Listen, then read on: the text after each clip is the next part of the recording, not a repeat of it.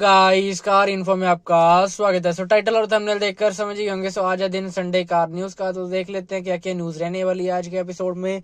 सबसे पहले बात करें, टोयोटा की तरफ से अपडेट आई है, जो कि है टोयोटा की नई गाड़ी आने वाली है, जो कि रहेगी टोयोटा V8 सुपर कार, जिसको 5 दिसंबर को रिवील किया जाएगा। यहाँ पर नेक्स्ट जो अपडेट रहती है, उत्तराखंड यूपी से रहती है, जो कि यहाँ पर इस स्टेट में ना यार, जो हाइब्रिड गाड़ी थी उन पे टैक्स नहीं लगता था, जो कि आरटीओ वगैरह रहता है, जिसके कारण जो टोयोटा वेलफेयर थी वो लगभग 10 से 12 लाख सस्ती हो गई थी।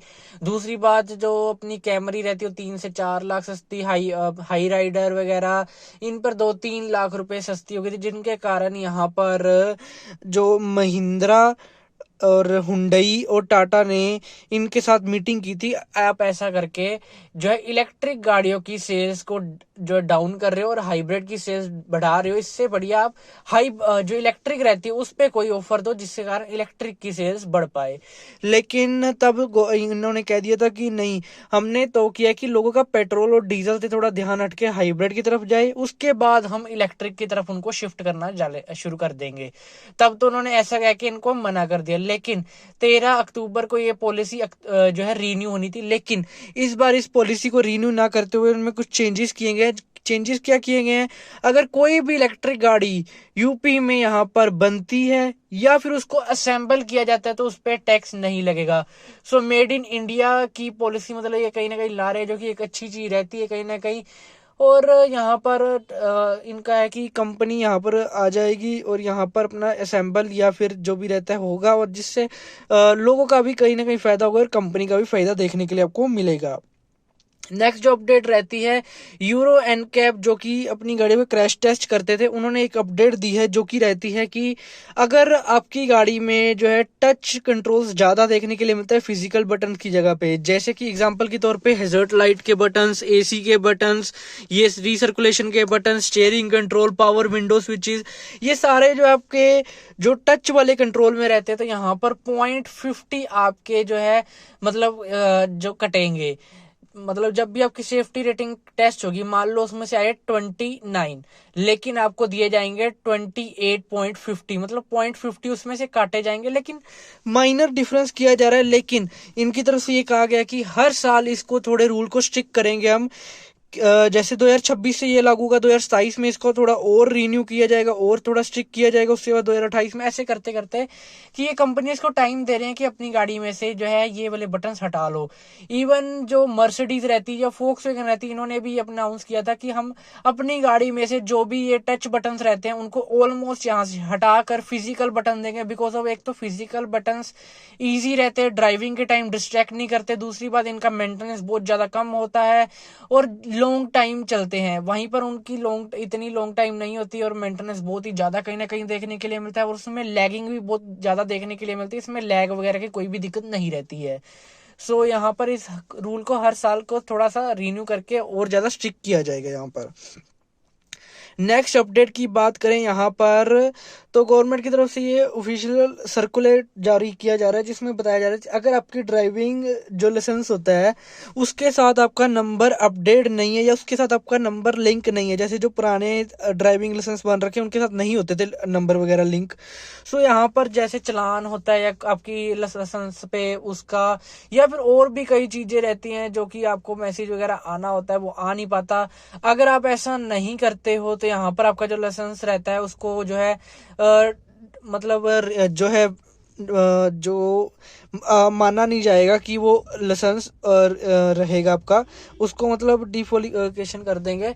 यहाँ पर अगर आपको है कि मतलब कि आपका लाइसेंस सस्पेंड ना हो मेनली, तो यहाँ पर आपको नंबर को जो है एम परिवहन ऐप से जो है लिंक कर लेना। पहले तो बहुत ज्यादा मतलब ट्रिकी रहता था, मुश्किल रहता था, लेकिन अब तो बहुत ज्यादा सिंपल कर दिया। थोड़ी सी डिटेल डालो, नंबर डालो, ओटीपी आएगा, डाल के आपका सीधा नंबर लिंक हो जाएगा। अगर आप चाहते हो आपका लाइसेंस सस्पेंड ना हो तो यहाँ पर आप भी अपना जो रहता है ये नंबर अपडेट कर लो। नेक्स्ट अपडेट रहती है, हुंडई की वेन्यू गाड़ी का जो है लॉन्च मतलब दिखा दिया गया है, 4 नवंबर को लॉन्च ऑफिशियली कर दिया जाएगा। यहाँ पर variant wise, prices wise proper यहाँ पर दिखा दिया जाएगा। अगर बात करें बाहर से ना यार, इतना नहीं पता लगता कि गाड़ी को अपडेट्स वगैरह दिए गए हैं। अब पुरानी वेन्यू और नई वेन्यू में थोड़ा सा मतलब डिफरेंस देखने के लिए मिलेगा, कुछ ज़्यादा डिफरेंस देखने के लिए नहीं मिलेगा। यहाँ पर वही हल्का फुल्का DRL ऊपर नीचे कर दी, लॉय व्हील चेंज कर दिए, ये वो ऐसे ही कर रखे हैं। लेकिन इंटीरियर में आपको पता लगेगा बिकॉज ऑफ नया स्टीयरिंग व्हील देखने के लिए मिलेगा। जो आपका MID रहती है वो आपको 12.3 इंच की देखने के लिए मिलेगी। जो टच स्क्रीन रहती है वो भी आपको 12.3 इंच की कर्व्ड डिस्प्ले देखने के लिए मिलेगी। और भी बढ़िया बढ़िया फीचर देखने के लिए मिलेंगे। 4 नवंबर को जैसे ही गाड़ी लॉन्च होगी, proper detail review variant wise आपके इस चैनल पर आ जाएगा आपको देखने के लिए। यहाँ पर इस गाड़ी में अब आपको डीजल के साथ ऑटोमेटिक ट्रांसमिशन भी देखने के लिए मिल जाएगा, लेकिन पहले मैनुअली देखने के लिए मिलता था। यहाँ पर डीजल को भी हुंडई ने यहाँ पर लाइनअप में रखा है। चाहे इनकी सेल्स थोड़ी कम हो चुकी है, लेकिन लाइनअप में यहाँ पर रखा गया है। और वेन्यू एन लाइन को भी शायद साथ लॉन्च कर दिया जाएगा यहाँ पर, या फिर थोड़े दिन रुक के भी उसको लॉन्च किया जा सकता है यहाँ पर। नेक्स्ट जो अपडेट आ रही है निसान की, जो एक MPV को टेस्ट ड्राइविंग के दौरान देखा गया है यहाँ पर। सो यहाँ पर ये अनुमान लगाया जा रहा है कि ये ट्राइबर के ऊपर ही बेस्ड होगी। तो यहाँ पर आपको जल्दी ही निसान की तरफ से भी ये गाड़ी देखने के लिए मिल सकती है। वही क्रेटा वगैरह वाले सेगमेंट में हो सकती है, या फिर कॉम्पैक्ट SUV मतलब ऐसी कुछ सेगमेंट में होगी। यहाँ पर पैकेज जो रहता है थोड़ा बहुत ऊपर नीचे हो सकता है यहाँ पर। नेक्स्ट जो अपडेट निकल कर आ रही है होंडा की तरफ से, होंडा की अपडेट बहुत ज़्यादा कम आती है, लेकिन अब इन्होंने कहा है कि अगले 3 सालों के अंदर इनके 3 अपडेट्स गाड़ियों में आएंगे यहाँ पर।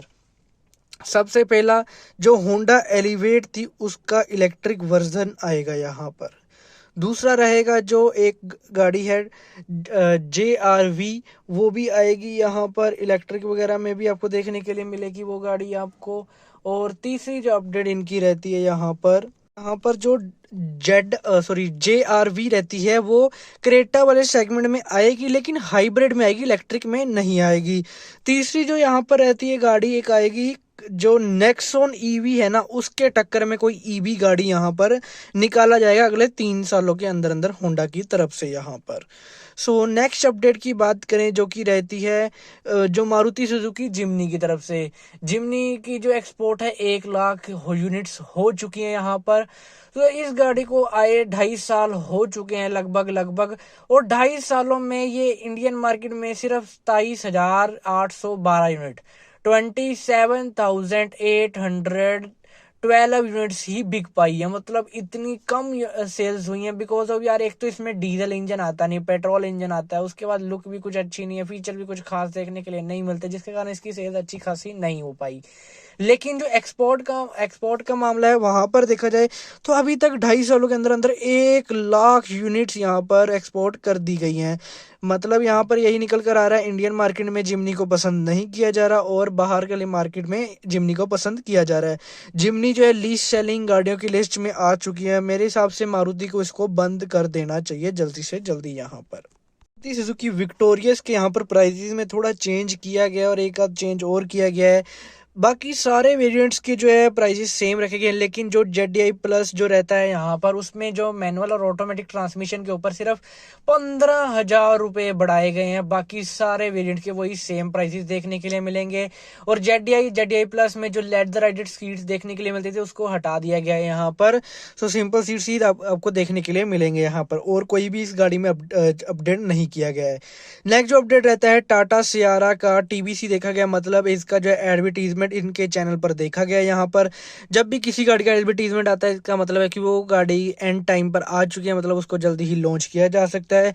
यहाँ पर इस चीज में कंफ्यूजन है कि यहाँ पर पहले इलेक्ट्रिक वर्जन आएगा या फिर नॉर्मल पेट्रोल डीजल और CNG मॉडल आएंगे। सो जो न्यूज निकल कर आ रही है उसके हिसाब से अगले महीने नवंबर में यहाँ पर इलेक्ट्रिक वर्जन पहले आने की उम्मीद यहाँ पर देखी जा रही है। नेक्स्ट जो एक बवाल चल रहा है E20 फ्यूल को लेकर, जो यहाँ पर E20 जो इथेनॉल बनाने वाली कंपनी थी ना, उन्होंने क्या किया, मतलब आपा को जो जरूरत है, इंडियन गवर्नमेंट ने जो जरूरत दे रखी है 11 से 12 हजार मिलियन लीटर जो है 1 ईयर में इनको चाहिए होता है, लेकिन कंपनियों ने किया क्या, 17 हजार मिलियन लीटर बना दिया। अब वो जो स्टॉक में बच गया, अब वो कंपनी वाले पता क्या कह रहे हैं गवर्नमेंट को यहाँ पर कि आप E20 की जगह ना E27 फ्यूल इम्प्लीमेंट कर दो, जिससे हमारा स्टॉक क्लियर हो जाएगा। अबे आपको बनाने की जरूरत क्या थी यार? आपको किसने कहा था कि E20 जो है उसके हिसाब से फ्यूल बनाओ, जो आपको मतलब आपको पता ही है क्या, मतलब कि हर साल के अंदर अंदर हमें इतना फ्यूल ही देना होता है, तो आपने एक्स्ट्रा बनाया तो वो तो आपकी गलती है। यहाँ पर हमारी गाड़ियों की क्यों नुकसान करवा रहे हो? यहाँ पर नितिन गडकरी ने अपने मतलब बच्चों की कंपनी चलाने के चक्कर में ये सब कुछ किया है। यहाँ पर उनके बच्चों की इथेनॉल की कंपनी थी, ठीक है। इससे पहले उनका पता कितना एक साल का जो प्रॉफिट था ना, वो 5 करोड़ के आसपास का था। लेकिन जब से इसने E20 किया है ना, तब से इनके बच्चों के जो कंपनी का प्रॉफिट पता कितना हो गया, 114 करोड़ एक साल में। मतलब ये देखो कितना बूस्ट देखने के लिए मिला। अब ये कह रहे हैं E27 कर दो, हमारे पास स्टॉक बच गया है।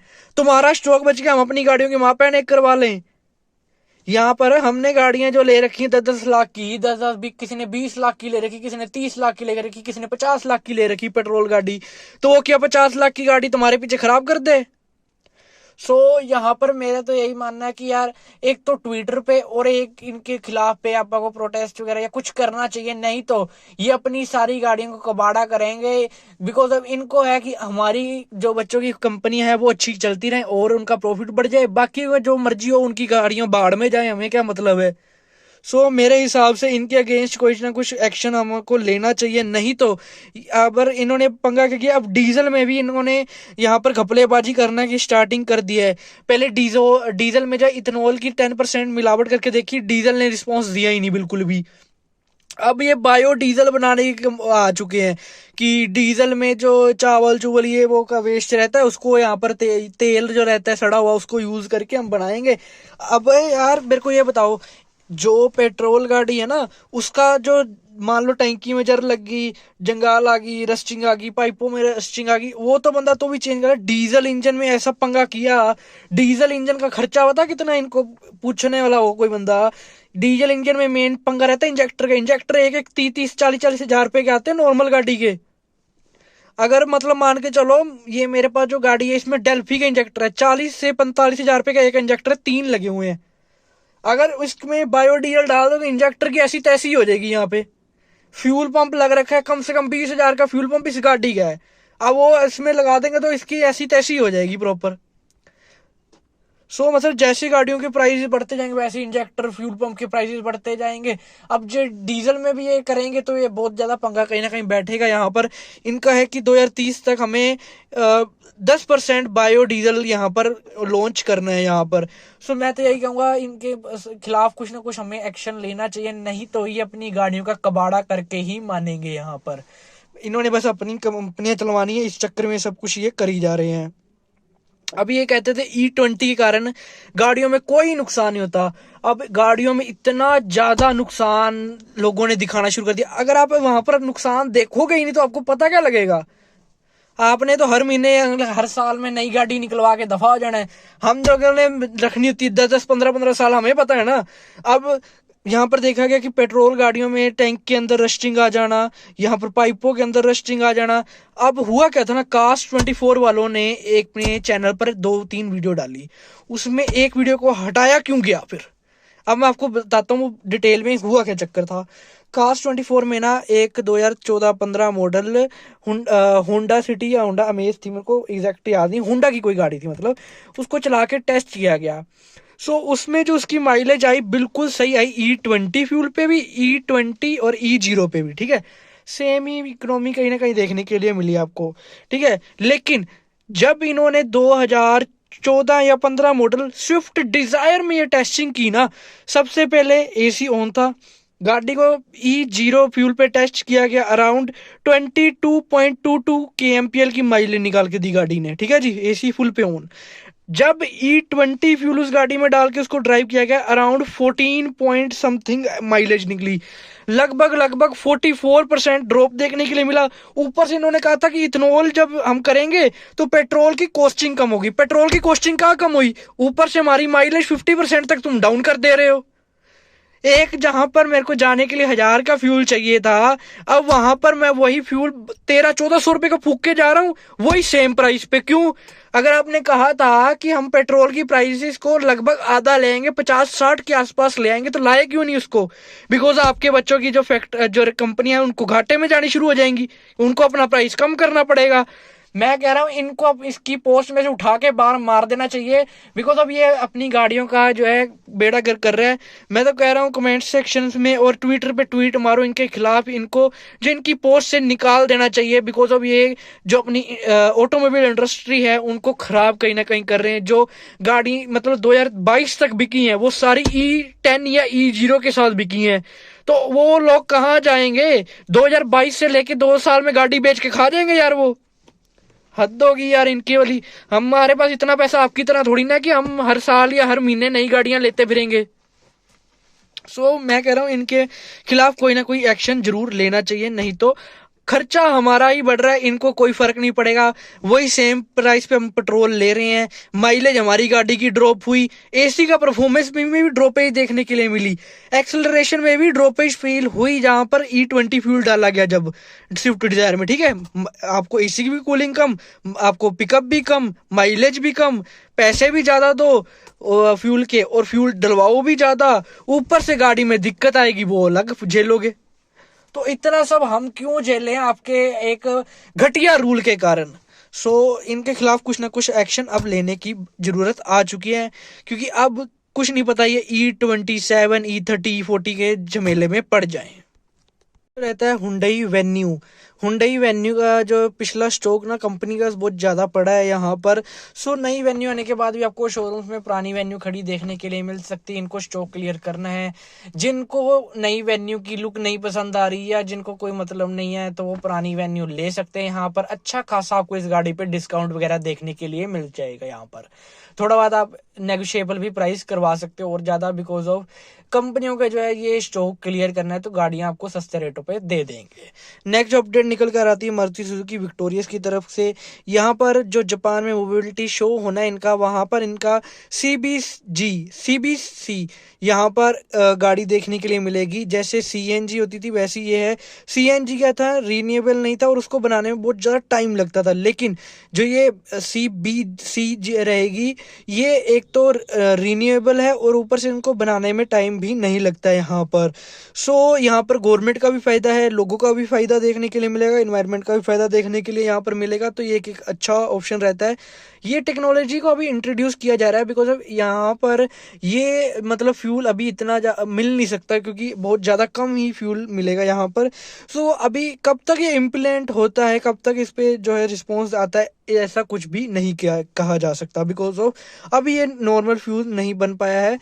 पहले तो इसको हर जगह पर मैंडेटरी करना पड़ेगा, उसके बाद जाकर इसके ऊपर काम किया जा सकता है। नेक्स्ट जो अपडेट रहती है महिंद्रा की तरफ से, महिंद्रा ने अपनी 3 गाड़ियों को यहाँ पर लाना है। सबसे पहला जो XUV700 का फेसलिफ्ट 2026 तक यहाँ पर आ जाएगा, या 2026 में आएगा, या फिर उसके बाद आएगी महिंद्रा की XUV7 जो कि एक इलेक्ट्रिक गाड़ी रहेगी। बढ़िया इलेक्ट्रिक गाड़ी देखने के लिए आपको मिलेगी यहाँ पर फुल साइज में, यहाँ पर महिंद्रा की तरफ से। नेक्स्ट जो रहता है महिंद्रा 3XO इलेक्ट्रिक वर्जन देखने के लिए मिलेगा यहाँ पर 310 किलोमीटर के टॉर्क के साथ यहाँ पर। नेक्स्ट अपडेट की बात करें, यहाँ पर E20 फ्यूल के कारण अगर आपकी गाड़ी में कोई भी डैमेज या कुछ भी होता है तो उसमें आपका इंश्योरेंस क्लेम नहीं दिया जाएगा, या फिर जो कंपनियों ने भी यहाँ पर ये चीज कही है, अगर आपकी गाड़ी के मैनुअल में E0 कंपेटेबल लिखा है या फिर E10 कंपेटेबल लिखा है, उसके बाद E20 फ्यूल डलवाने के बाद अगर आपकी गाड़ी में कुछ भी नुकसान होता है तो यहाँ पर कंपनी कोई भी वारंटी यहाँ पर आपकी गाड़ी पे नहीं देगी।